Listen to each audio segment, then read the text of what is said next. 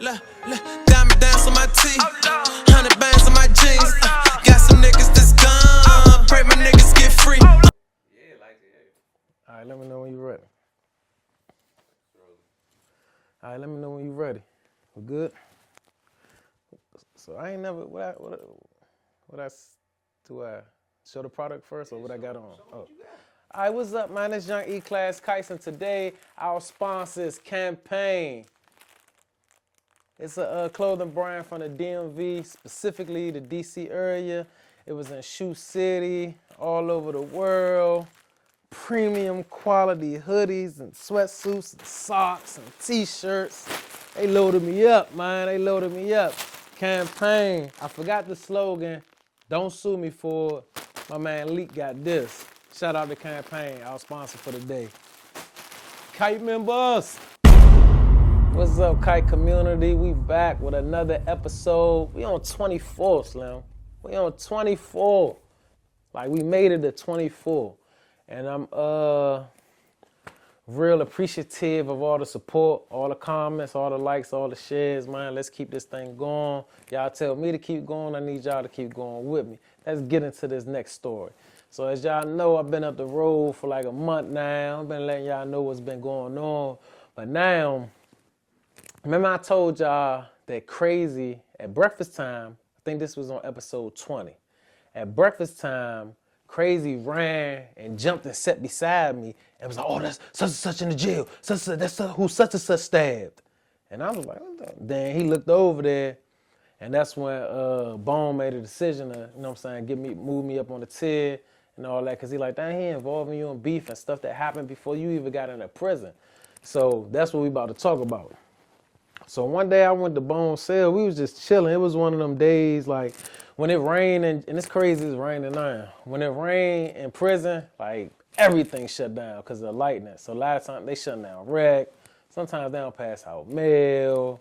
Like you would think the jail was on lockdown for real. Like sometimes the lights go, all the time, like the lights be going out, power be going out or whatever. So this the time where probably like dudes just be powwowing and talking. They might talk about music, sports, politics, history or whatever.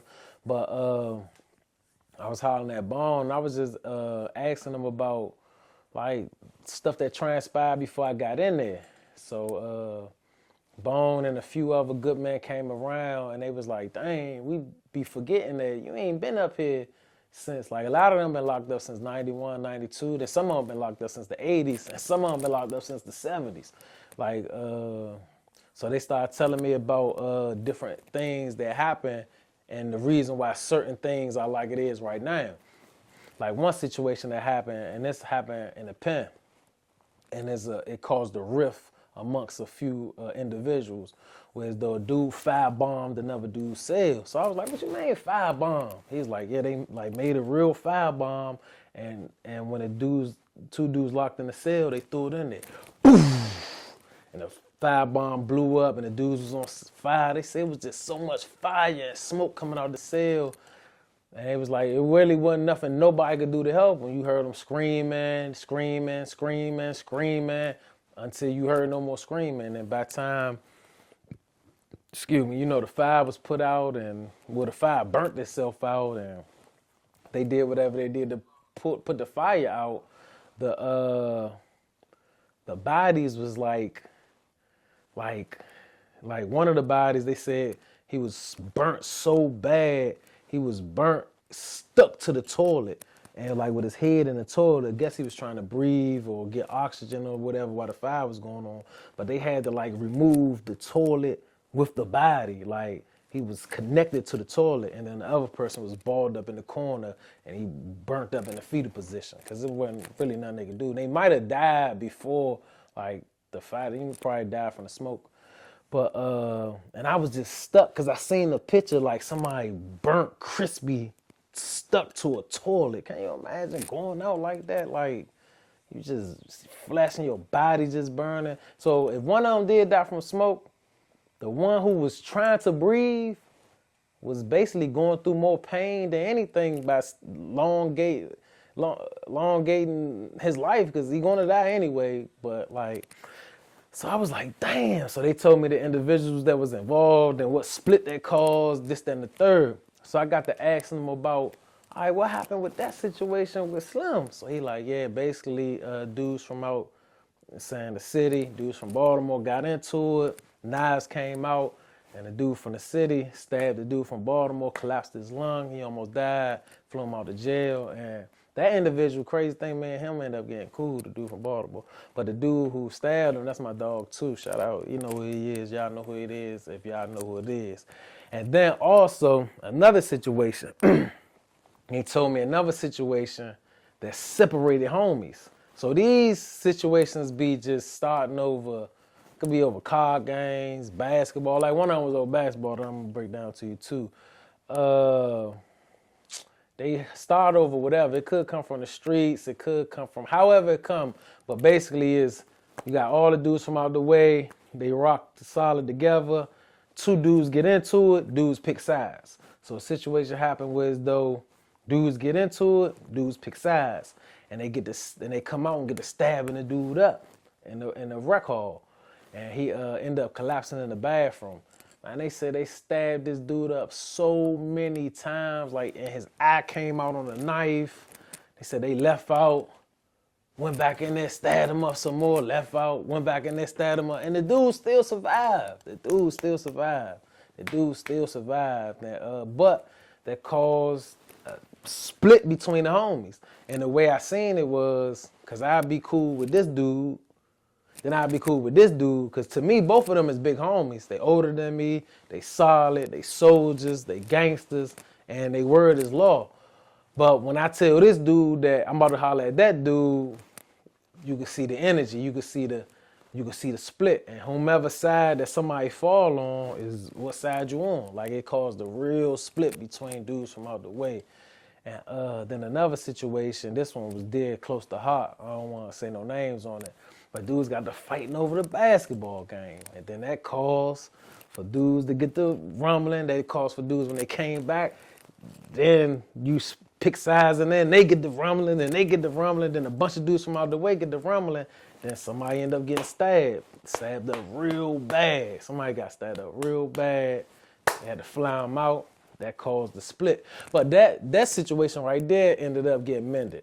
Like one thing I could say, both of the big homies on both ends of that, I don't know how the truth came about, but I know by the time I came into jail, they was cool. And I was hearing different bits and pieces about it, and I just ended up asking Slim, like, man, what happened with this? And he told me, and he was like, man, we cool now, we ain't really worried about that. So I was just really trying to get my history on what's what, who's who, why this person don't mess with that person, why that person don't mess with this person. Because lines get crossed and that boundary and borderline is thin. Like I'm saying, like, because if dudes see you messing with somebody, you the enemy. Like, well, they call it the ops now, but you the enemy. So I just try to get like all my prison history, get all of that so I could understand, dissect it, and watch how I move. Because I don't want to unintentionally disrespect nobody by bringing somebody around somebody or putting somebody in a business deal with somebody else. And just because both of them from out the way, that don't mean they deal with each other. Like I said, when individuals get into it, it'll be a split. And people choose sides. Like, I ain't gonna lie, same with me. Everybody know, Bone, Whack, that's my man. If anything happen, they know I'm with Whack. It is what it is. It is what it is. It's all love for everybody, but that's where my loyalty lies. So I understand and respect everybody that do it. I don't like that straggling the fence, because straggling the fence could get you hurt and a lot of people around you hurt. You got to pick sides. You can't be trying to play both sides and all that, because you might end up in a cell firebombed, stuck, burnt to a toilet. And your parents and family not even gonna get to identify your body because you a toilet. Like, this me not to laugh. Not to laugh. Man, why you laughing? Nah, it's but that's crazy, bro. You get burnt and you stuck to a toilet, bro. Like, that's crazy just to think about, man. But that's how deep it go in prison, man. Like, you could really everything could be calm and just like this. All hell could break loose. Just over a decision, just over a look. And so all that information I was taking from us on that rainy day, just talking about, prison politics, I started to really just understand everything means something. And that's when I learned that skill, that everything means something in prison. A look. If somebody look at you too long, if somebody don't look at you, all that could mean your life. It could be your life. Somebody could get that look to another person, or somebody could not look at you because they may feel guilty, or they trying to look you off, or they trying to get you to pay attention to them. And when you do, knife come in your neck. So you got to pay attention to everything. You got to listen to words, all the words, everything somebody say to you, all of that means something.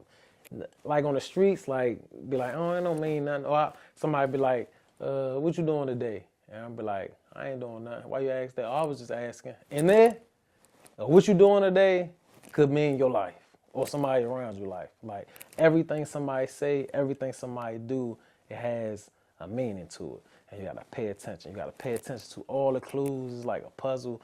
Because that's why they always say, like, they use the term, be like, prisoners is master manipulators and all that. Like when they be training the COs. Like, it's real though, man. Like, dudes be in there studying, they be reading. They be reading, bro. They be reading. And like, you got the Art of Seduction, 48 Laws of Power, Think and Grow Rich, all these type of books that, like, and Machiavelli, the Prince, all these type of books dudes study. That be like they Bibles in there. So I learned that I had to pay attention to that, and just play my cards right in there, and lock in and like really focus, because like one thing I don't really never want to die behind something somebody else did, or a mistake or an accident, because dudes died over that too, mistakes and accidents and things like that. So and I always was a young, and I always respect my big homies, and I seen that'll get you cut down quick too. Because a situation that happened was though, I don't really be wanting to say no names, but I do want to say names because it's these real people, and people know these people, and people know these stories. But I don't know if they want it to be told. But so basically, I went to the back door to get something for somebody. It was a pack of drugs, and this pack of drugs probably was prison value. Might have been like $30,000, probably like $30,000. And you gotta think $30,000 in prison, nigga, that's a lot of money. So this package was like once they break it down, do what they do, this package was a bag. I went to go get it, and when I got it, I was taking it back to who I had to take it back to. An older individual said something to me. So I was like I brushed it off, but I'm like, man, who was you? So he gave me a look like, so I like said something. I was young. I said something slick. I can't remember exactly what I said. I said something slick. But my mind was thinking like, bro, you old ass. Like, mind your motherfucking business, bro. Like, why is you word? Whole time, I don't even know like who he is though. I really don't. I just see an old dude. Like I'm like, I got a big knife on me. I'm with whatever. So I go back and take the package back to who I need to get a package to. Before I got to the person to get a package to, a kite got sent. And it landed there before I got there. So when I gave Slim the package, Slim was like, nah, take this back and apologize. I was like, what you mean apologize? They was like, you said such and such to such and such. And you was like, yeah, go apologize. So I was like, bro, he was like, bro, like, go apologize, bro. Like, you gotta go apologize, man. You disrespected Slim. So I'm like, all right, bet. Because I respected who told me that. I go back there, get the package back, and be like, man, my bad. I ain't, you know what I'm saying? I ain't trying. So he was like, is you apologizing because such and such told you to apologize, or do you genuinely feel like, you know what I'm saying, you made a mistake? So I was like, honestly, bro told me apologize, so I'm apologizing. Like, I don't know you, you don't know me. Like, and I felt like what you said, you was like, So he told me who he was. And I heard the name before. And when he told me who he was like, this is my package. Like, I just don't talk to people. You got the package from him because of me. I said something to you because I seen how young you was, and I was shocked that you was in here. And I've been wanting to meet you. So I was like, oh yeah. He's like, let me show you something. He's like, look over there. I look over there. Son open the shirt. Swing! He's like, look over there. Son look over the shirt. Swing! Like, look over there. Son open up his jacket. Swing! Like, look over there. Son, swing! So I'm like, dang, is this Master Splinter? Like, I got the Ninja Turtles around me, about to chop my head off. I'm like, what the? So I'm like, oh. I'm like, I did hear your name before. So he like, you gotta always show man respect. He said, I didn't say nothing to you to disrespect you. I just was like letting you know, handle the package with care. I was opening up the conversation. And I was like, nah, you right. I was like, you right. I was like, you right. He was like, man, that could have cost you your life that easy, man. That easy. Not being aware of what it is to be a man. And inside of that second, I learned a huge lesson. You always show respect. You always show respect. Because you give the ground floor for somebody to disrespect you. 9 times out of 10, on average, ain't nobody just gonna walk up to you and be like, you bitch ass nigga, smack you. Like, normally it's like, you be doing something, somebody else doing something. And if you say something, you can't control their reaction. You know what I'm saying? Like, you can't control their reaction. You got 3 controls. You got your control, the control you have over yourself. Then you got influential control. They call it like auto-suggestion. Like, I could suggest you or ask you not to smack me. Then you got no control. Like, you don't got control over what other people do. So I learned in that instant, like, don't judge no book by its cover, and just always be respectful, because you will never wind up in a situation where the Ninja Turtle and Master Splinter be about to take you out, because these wasn't no small. You gotta remember, I'm like 5'6", 5'5", 5'6", probably like 115, 120. These grown men, and they got helicopter blades, like so just things like that. And I also say that to talk about like how risk could have happened. Just with that situation, my peoples would have had to either pick my side or don't pick my side. And so that's how that type of stuff started in prison. That's how prison politics start, lines get crossed, and like, you know what I'm saying? Over mistakes, over small things that could create a big war that somebody had lose their life. You know what I'm saying? So that's what we was just sitting there talking about. We was just politicking about that, about all the situations that caused the biggest splits in prison amongst the homies, like amongst people from out our way. Like, I don't really know about all the situations that I know a few jumps about Baltimore. I ain't gonna lie, I know a few jumps about Baltimore, but and the New York dudes. Then you had the Jamaicans in there.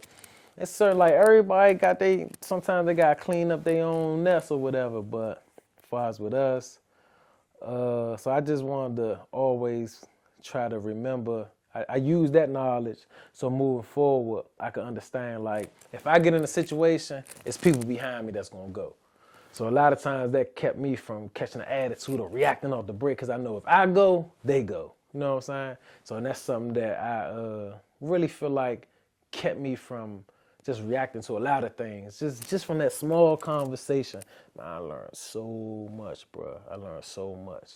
I learned that I didn't want to die by the hands of Master Splinter and the Ninja Turtles. I learned that I didn't want to die and turn into a toilet. You know, I learned a lot of things, man. I learned a lot of things, but yeah, this episode of Kite is just what it is, man. Jews was dropped on this day, and because it be real sober days when it's raining in prison, and I think that's a part of why I am the way I am when it's raining. I'm real, you know what I'm saying? But appreciate y'all. Make sure y'all like, comment, subscribe, and send somebody a kite, man. Send somebody a kite. I'll let you.